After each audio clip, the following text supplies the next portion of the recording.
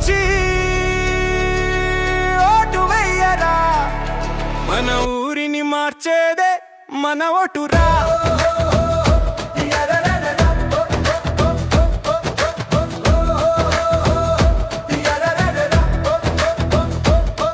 నీ ఒక్క ఓటు ఏరా ఈ ఊరిని మార్చేదీరా, ఈ పల్లె మనదీరా.